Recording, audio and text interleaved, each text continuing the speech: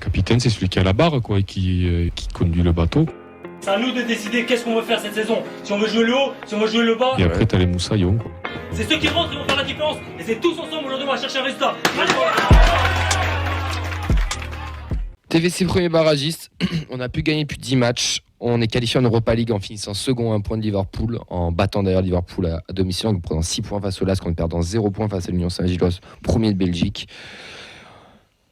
Messieurs, comment vous jugez cette première moitié de saison, mon cher Nathan? Qu'est-ce que tu l'as? Comment tu juges ça? TFC barragiste. Alors, comment je juge? On savait que ça allait être une saison de transition. On s'attendait pas non plus. Moi, je m'attendais pas à avoir des folies. On nous en promettait. Alors, quand on change du tout au tout, c'est vrai qu'on on se disait il va falloir du temps. Je savais pas que ce serait aussi compliqué que ça. Je m'attendais pas non plus à vibrer autant en Coupe d'Europe.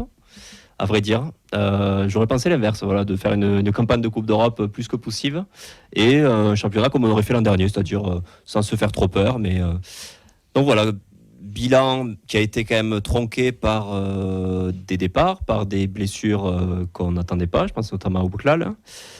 Et surtout, au-delà de ça, c'est un jeu en Ligue 1. Voilà, j'accentue sur la Ligue 1.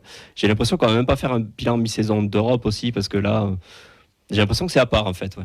Il y a 2 TF, et cette saison en Ligue 1, très compliquée, quoi. Très compliquée.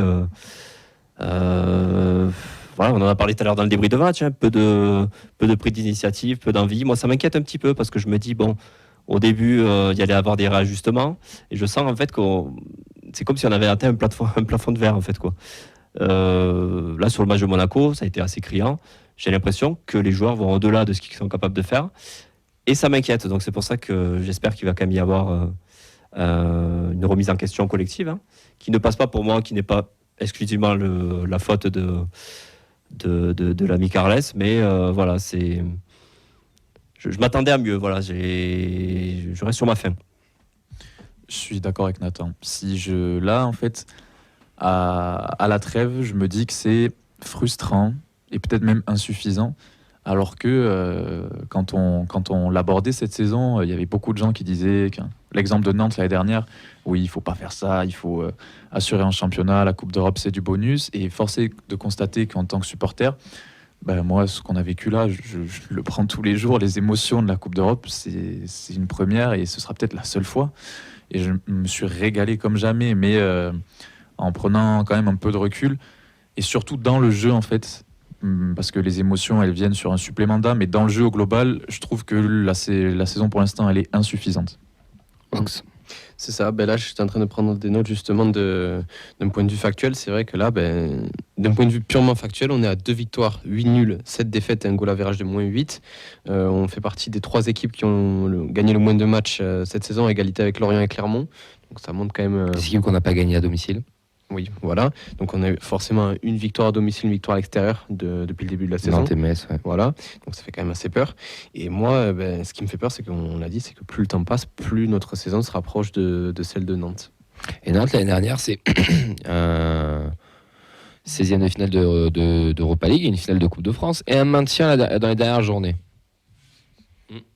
Et si on y retournait au Stade de France? Non, j'en sais rien. Je sais pas, mais après,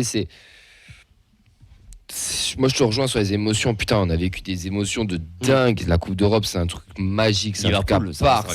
C'est fou. Là, on part à Lisbonne, on va recevoir le Benfica. Enfin, les gens ne se rendent pas compte. Et quand j'entends, oui, mais on met pas la même intensité face à Clermont que face à Liverpool. Mais putain, c'est normal. N'importe quel être humain jouera avec plus de cœur face à Liverpool que face au Clermont Foot, Lorient ou Concarneau. C'est logique. Et puis la Coupe d'Europe, comme tu l'as un peu souligné tout à l'heure, il y a plus d'espace. C'est pas le même foot entre guillemets. Par contre, là où c'est chaud, c'est que putain, on est barragiste. On a un jeu qui est pas bon, qui nous fait pas vibrer. On se crée pas d'occasion. Et ça depuis le mois d'août, on le dit. Alors au mois d'août, on disait peut-être que c'est les matchs de préparation qu'il faut atteindre. On est au mois de décembre, ça s'améliore pas non plus vraiment. On est un peu plus solide défensivement, ça je peux l'accorder, mais offensivement, putain, il manque quelque chose, quoi. Il nous manque un truc. C'est pour ça que je te dis insuffisant, parce qu'en fait on est barragiste, mais objectivement on le mérite, quoi. Ouais, clairement. On est là où on doit être. Mais je sais pas si vous avez cette impression-là. Moi, pour moi, c'est impossible qu'on descende. Il y a des saisons où j'étais inquiet, je savais ce qui allait pouvoir nous arriver. Bon, la fameuse dernière saison là où c'était le TFC LOL. Mais là, cette saison, pour moi, on va finir 14, 15, 13. Je sais pas. Mais jamais on descend, même pas barragiste, quoi. Moi, j'ai une petite question par rapport à ça. Quels sont les acquis pour toi qui te disent on va se maintenir à l'heure actuelle? Mais je sais pas comment te l'expliquer. C'est au fond de moi, quand je vois ce TFC en Coupe d'Europe, je me dis putain, c'est pas possible qu'on descende. Et pourtant, j'ai l'impression qu'on est une équipe les plus faibles de Ligue 1. C'est très paradoxal. Je pense que c'est la qualité du collectif sur le papier par rapport aux concurrents directs. Et même quand tu regardes d'autres matchs de Ligue 1, ceux qui regardent un peu d'autres matchs, c'est dégueulasse. Oui, mais Lorient, n'importe quelle équipe est dégueulasse à regarder. Oui. Et c'est pour ça que je me dis, nous, au bout d'un moment, ça a tourné, je sais pas. Et il y a un gros espoir aussi, que je pense qu'il va être un élément décisif de notre suite du championnat, c'est le mercato. Voilà, merci. 5 joueurs qui partent à la CAN, des mecs qui sont blessés, des manques d'effectifs. Il faut qu'on ait un gros mercato. Mais un gros mercato au mois de janvier, c'est jamais des mercatos qui marchent vraiment. Parce qu'il faut avoir des joueurs qui sortent très très rapidement. C'est rare. Il faut avoir des joueurs qui sont pas forcément qui soient data compatibles aussi, donc ça on verra, mais il va nous falloir au moins, je sais pas, 3 ou 4 joueurs faciles. Enfin, est-ce qu'on va aller les chercher déjà, ces mecs-là? On l'a vu l'an dernier avec un Soiseau qui s'était adapté assez facilement, assez rapidement. C'est vrai que oui, Suazo avait fait 2, 3, C'est 4 on avait pas eu mois notre, de fou. mercato hivernal. Siro aussi, mais Siro c'était plus en remplaçant. Mulic. Yes, l'opportunité qu'il fallait absolument pas laisser passer, Dixit. Non mais après, tu vois, Damien Comolli. le mercato c'est important et même la trêve peut marquer un tournant. Si tu regardes bien la saison dernière, on fait un début d'année 2023 stratosphérique avec les fameuses stats, là, la meilleure attaque d'Europe, tout ça, alors qu'on n'était pas sur un nuage non plus en arrivant en décembre. Donc ça peut déclencher quelque chose aussi mentalement, tu vois, j'espère. Ouais. Est-ce que vous êtes partisan de la Coupe de France, vous la laissez? Non, parce que on est tenant du titre et un titre ça se défend. Merci. Rien On pour l'attaque, voilà. on l'a dit Damien. Mais toi, je sens que tu veux la laisser à Chambéry, toi. Non, alors déjà très honnêtement, je suis pas rassuré à Chambéry, ça vraiment j'ai peur. Et non, moi je veux pas la laisser, bien sûr, on est tenant du titre, il faut défendre notre titre, mais ça va dépendre de la profondeur d'effectif qu'on a. Déjà, ça va nous permettre de savoir qui de Shettle Hogg ou de Alex Dominguez va être le vrai numéro 2 du TEF cette année. Après, ça va nous permettre de voir des joueurs qu'on n'a pas vu cette année, Begraoui, Skita, etc. Voir si ça tient la route pour les premiers tours de Coupe de France. Mais après, bien sûr qu'il faut prioriser le championnat. Sans mettre de côté, je suis désolé, je réagis par rapport à ça. Non. On se plaignait sous Sadra, on se disait ouais, on joue jamais les coupes, on joue le maintien, on pense qu'à ça. Et là, on a un président qui nous dit on va défendre un titre. Moi, je suis désolé, même si c'est pour revivre une saison à la Nantaise où on se mettait à la fin, qu'on refait un Stade de France et qu'on vit des émotions. Je vais pas prendre 5 ans. On est un peu il faut se maintenir. Non, mais pas pour prendre 5 ans. Non, mais bien sûr, mais je te dis ça, mais par rapport. Les joueurs, ça va les porter aussi, la Coupe de France. Admettons, tu passes un tour, tu sais que tu as un match en semaine, ça va te permettre aussi de te changer les idées. Mine de rien, je suis assez d'accord avec Vincent qui disait qu'on devient plus souvent une équipe de coupe qu'on n'a jamais été auparavant. Je pense que ça va porter plus que si tu te fais sortir à Chambéry. Je suis d'accord, mais au mois de janvier, pour moi, ça te détruit moral, ça te détruit une équipe. Mais moi, je suis d'accord, mais est-ce qu'on va avoir la profondeur d'effectif suffisante pour tout enchaîner? À Chambéry, tu peux envoyer la N3. Hein. Oui, mais dans ce cas-là, tu la boycottes un peu, quoi. Tu la joues pas. Non, de toute façon, avec les 5 mecs qui partent à la CAN, les blessés, etc., il y a des mecs qui vont rentrer. Donc, il va finir en pointe. Mais non, mais regarde, ça veut dire que Costa Diarra se sont pas là, donc ça veut dire que tu auras du Soiseau. Dessler, il était un peu dans le scie, donc ça veut dire que tu auras du Mawissa, Nicolas Hyssen, enfin, du Begraoui qui risque d'avoir peut-être sa chance aussi. Enfin, Keben, ouais, on va être obligé d'avoir des mecs. Après, voilà. Kamanzi aussi. J'espère qu'on va avoir ouais, mais après, il y a des mecs aussi qui n'ont pas forcément le niveau. Hein, au bout d'un moment, il y a des mecs, on l'a vu, qui n'avaient pas forcément le niveau. Et il va falloir qu'on apporte une vraie plus-value. Ce mercato doit être ultra important. Pour rebondir sur la conférence de presse aussi par rapport à tout à l'heure où on garde Carles, moi j'ai envie de croire que vaut mieux peut-être le garder et essayer de continuer encore un peu et voir avec lui, plutôt que parce qu'on sait ce qu'on perd, mais on ne sait pas ce qu'on gagne. Et vu les noms qui circulaient ou quoi, je préfère 20 000 fois qu'on garde Carles. Mais après, voilà, va falloir qu'il y ait un vrai électrochoc. Un vrai électrochoc, ouais. Après, bon, on verra bien. De toute manière, c'est. Après, pour rester 2 secondes sur le mercato d'hiver, pour vous, où est-ce qu'il faut recruter en priorité? Combien de joueurs aussi? un ailier, sûr. Un central, sûr.